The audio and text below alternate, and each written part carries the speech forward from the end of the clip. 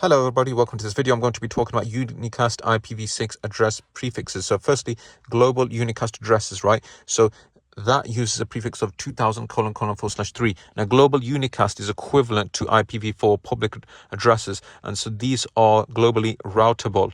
Then moving on to link local. Now link local means when we have when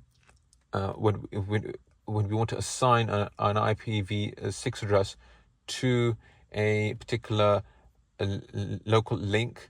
These addresses only work on that local link, and we never ever route them. They use a prefix of FE80::/10. Then loopback. So loopback addresses, right, are used. Basically, it's like a device, a host is pinging itself, and so loopback addresses. Well, we should be familiar with these from IPv4, because IPv4 uses loopback addresses as well. It uses the address of 127.0.0.1. That is an IPv4 loopback address. And so in IPv6, in the IPv6 world, we use ::1/128.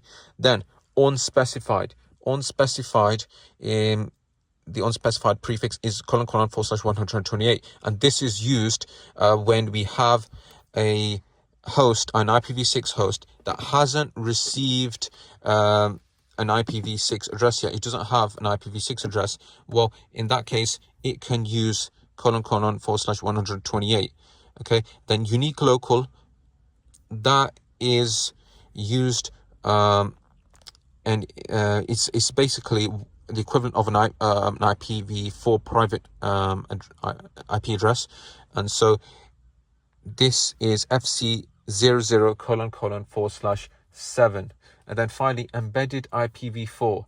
Embedded IPv4 is ::4/80. And what does that mean? Well, that is basically the representation of an IPv4 address in the IPv6 space. So I think it's pretty cool, because basically what you have is